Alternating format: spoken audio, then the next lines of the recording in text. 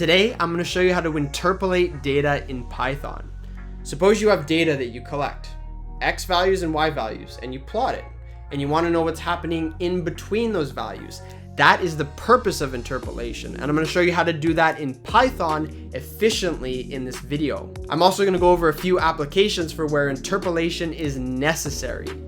Please remember to like and subscribe. Join the Discord server. There's a link in the description to that.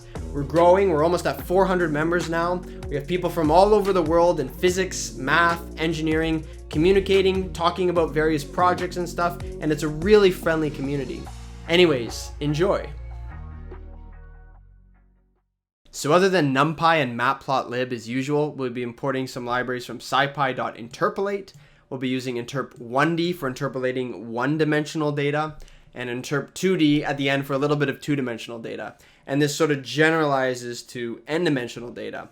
And you should note that it's really simple, because n-dimensional interpolation to some extent is sort of what machine learning seeks to do. And so this interpolation is for very specific and basic problems, but it has powerful applications. So first we have to ask, what is the purpose of interpolation? What is it? What exactly are we trying to do here? So the purpose of interpolation is given some X data and Y data. You go out in the field, you collect some X data points, it could be time, and you collect some Y data, and this could be position or something, anything that Y depends on X. And you collect individual data points. But for some reason or another, you need a continuous function. You want a function Y equals f of X, where I give you any value of X that I want, and you return for me a Y value. So you want to know what's going on between those points. And now interpolation is different from curve fitting. Curve fitting is you have some data points and you have a model for that data, and you say, well, what are the model parameters? For example, if you have something that exponentially decays, you might want to know the rate at which something is exponentially decaying. That's curve fitting, where you're seeking a particular parameter. Interpolation is a little bit different. Interpolation just says, I don't really care about all that. I just want whatever you can do, connect those data points, what's going on in the middle. So we want a function, a general function, y equals f of x, that maps to this data really well. And so let's look at an example, because I've sort of explained it. So here we have some x data and y data, right? So I'm just giving some like x data here. This isn't actually collected. I'm just making artificial data. But you can see that it's data that sort of follows a parabolic path. So you know, maybe you're in the lab, you're measuring something, and you have data that looks like this, and something is falling, for example. This could be like time and position. And you want to know what's going on in between. And what interpolation says is, I want a function, a general function, where you can give me any value. Suppose this is time. You can give me any time, and I'll give a corresponding y value. Of course, you can't do that with just data points on their own. So for example, maybe you want f of x equals 1.5. It's not actually a data point here. We want to create that. It's not directly accessible from the data. So the most basic form of interpolation that you could think of is just, well, why don't you just connect these points with straight lines? Like connect the dots, right?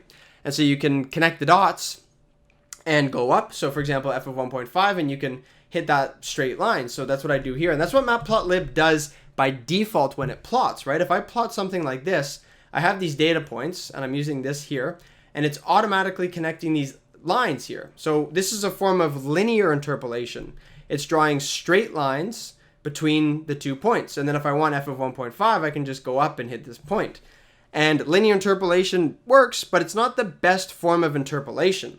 The reason why it's not is because typically in scenarios in nature, you have smooth curves. Data is typically smooth unless you're undergoing like a phase transition or something, or unless you have a reason to believe that your data is jagged, it's typically not jagged. And so, you know, this sort of interpolation is, you know, you have these sharp edges, so it's probably not what the real curve looks like. So this is a linear interpolation. For any x value, you just move up and you get your y value, the corresponding y value. So I can do this linear interpolation using interp1d. They have an option for linear interpolation. So I give the x data and the y data. These are the data points here. And I say I want linear interpolation. So underscore f, this is really important in this video. Whenever I have something underscore f, and I do this in my other videos as well, it means that that thing represents a function. So yf itself is a function. Yf is something that takes in a variable and returns a variable. So interp1d, it takes in this data and it returns a function. So I can go like this, and you can see here that yf is a type of function, and I pass it values and it returns values. 2.4, for example. So I can pass it any number here, so 2.4 here, and it will return a corresponding number. So that's one form of interpolation. That's linear interpolation. You can also plug in many different values of x. So say, well, oh, I want values of x all along this curve. Well, I can make many points here, 100 points between 0 and 5, so I have lots of points. And I get my y values. I say plug in x to the function, this is the interpolation function, and give me my y points. So now I have x points and y points, and I can scatter plot these, and you see that like these are many different points that I've asked for the value of using interpolation. But you can see that it's jagged. It's using this linear interpolation, and it gets these sort of jagged edges here. And this probably isn't what the true data looks like, the underlying process looks like. When you measure data, you're always limited by the fact you can't collect it, super frequently. So typically, the interpolation that's used when you're dealing with smooth data, which is a strong assumption, and it's a good assumption in most cases, is cubic interpolation. So rather than connecting points with straight lines, what you do is you fit sequences of points to cubic polynomials, and then you connect those together to make sure the curve is smooth. And it's beyond the scope of this video a little bit to go into the math that's going on there, but it's essentially doing a bunch of curve fits to cubic polynomials and then patching them all together to get a smooth curve. And this works really well in most cases. So here, instead of using linear, I use cubic. And I do the same thing. I have a bunch of x values, and I look for my y values. And I can plot these, right? And you see that now my points, they're less jagged, and they follow a cubic sort of trend, unlike here where they're a little more jagged like this. So this here, this is cubic interpolation, and it's the one that's most often used in one dimension. So whenever you're interpolating data, you'll do this. So it's a good thing in this video to discuss the usefulness of these applications. Why would you want a function that you can interpolate and get any value for any value of x? What's the real use for that? And there are like requirements. Sometimes you absolutely need this. So for example, if you're computing an integral, and I'll do an example here, it's preferred to have things like this. So you don't use Riemann sums, for example, which are less good for computing integrals. Differential equations, they're required. If you want to solve a differential equation and you have a function that you need, it's required. And I'll go into an example in that shortly. And there's many other applications for this as well. You can think like in general, you have data and you want to know everything that's going on. That's sort of science to some extent, is you measure some bits of data and you want to know the whole picture. So here's an example computing an integral. And this is actually something in a course that I'm taking for medical physics I had to do recently. And so here I'm given a distribution of energies in a beam of photons. And you can see my last video for this, the beam attenuation. So you have a bunch of photons going through a material, but all the photons have slightly different energies. Just like the light shining on my face, there's going to be a bunch of photons with a bunch of different energies. So these are really high energy photons like gamma rays, X-rays, and there's a bunch of different energies here. And this S data is proportional to how many photons there are at those energies. So here's some data that I collect, and I can scatter this. So it says, here's my energy range here. And so there's little photons at 0. There's more photons at about 2 MeV. And then there's less and less photons. So there's this peak. There's a lot of photons sort of in this energy range because this is higher. This is sort of proportional to the density of how many photons there are at those energies. And it slowly decays. And at these energies, there's less photons. So the question is, well, what's the mean energy, right? And so we're given this data. And this data is taken from a table. From something that you'd measure about your beam. You'd collect how many energies there are at different photons, and you might do it many different times in the lab. You get a curve like this. Well, what's the mean energy? Well, for the mean energy, you need to compute a smooth function that goes through all these data points. You could use some sort of Riemann sum and do it that way, but it's much more efficient, and it's likely to give a better answer if you use interpolation. And the mean energy here in this case, well, this is S on the, like this, it's plotting S versus E here. So there's a function, S is a function of E that goes up like this. And the mean energy is just the average energy is equal to the integral of E times S of E dE over, and then you normalize in the denominator. If you've taken statistics, this is like a probability density function, and you're finding the mean value of X.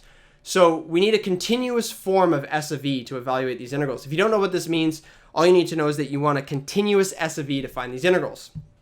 To conveniently evaluate this integral, we want S underscore F. So we want this function in Python that takes in something, it takes in E, and it returns the value of S for a spectrum value. And we have these data points here. So we just interpolate. We say, here's our E data, our S data. We're going to do cubic interpolation.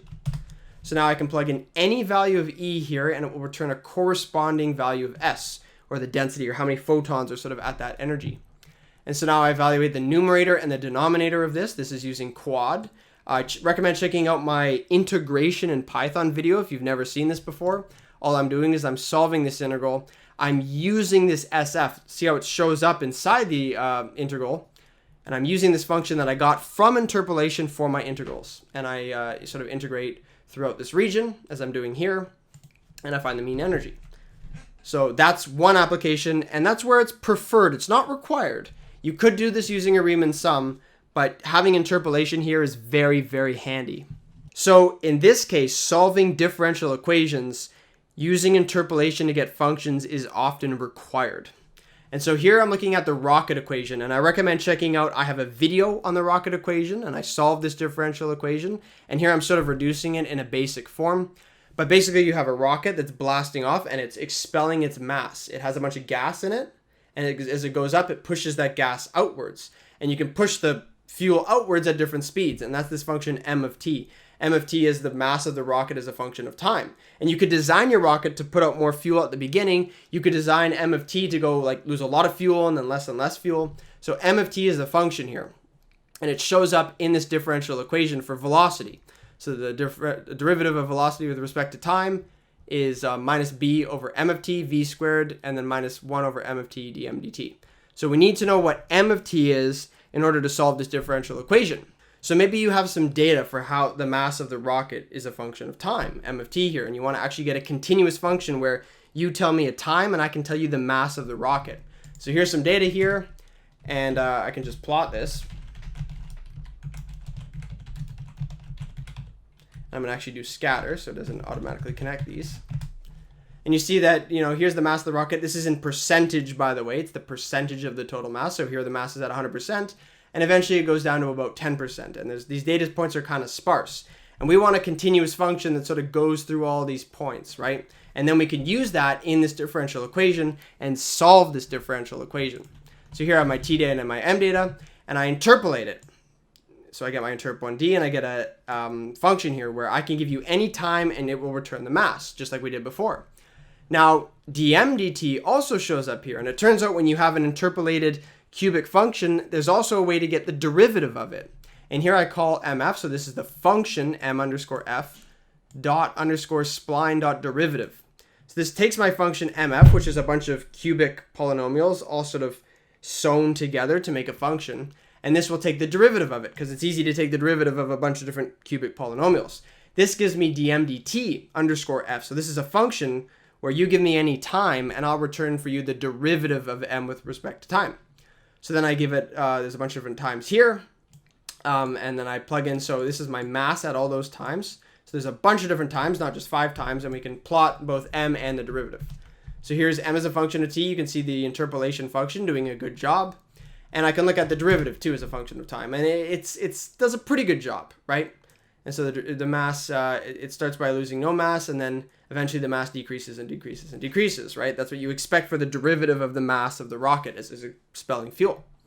So we can use the functions m underscore f and m dm dt underscore f, which we got from interpolation, to solve the differential equation. And I'm using sort of a method from scipy here to solve differential equations.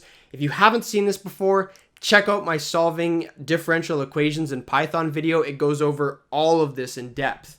But basically I have a and b here, and I'm using this function in the way I solve the differential equation, and I can solve it and plot the solution. And now I get the velocity of my rocket as a function of time. Now this is a simpler case than in my other video. So really what we're describing here is a rocket that's stationary. It starts to fall, it's expelling mass, and then it kind of goes up, which is not really realistic. In my rocket video, I go over this problem in a much more realistic way. But you can imagine if you have an object falling down and then it starts expelling fuel and then it goes up, and that's sort of what's happening here with the velocity.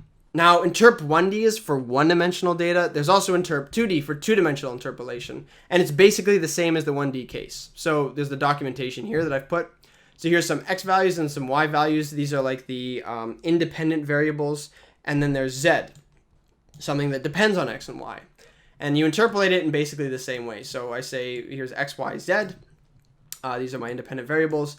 And I can plug in, a value of x and y on the plane, and it will interpolate to a new value of z.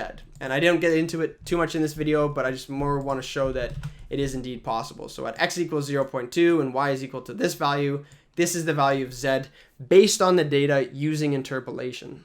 Anyways, I hope you enjoyed this video. If you did, please remember to like and subscribe. Check out my other videos as well, computing derivatives and integrals in Python, solving differential equations in Python, and even some of my physics videos as well. Anyways, I'll see you next time.